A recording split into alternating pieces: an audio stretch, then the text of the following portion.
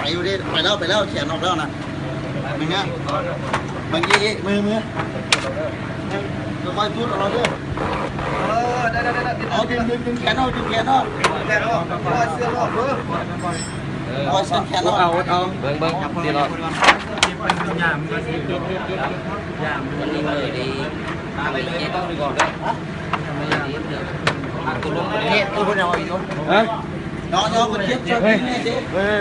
กระทรวงคิดนะน้องบอกนะ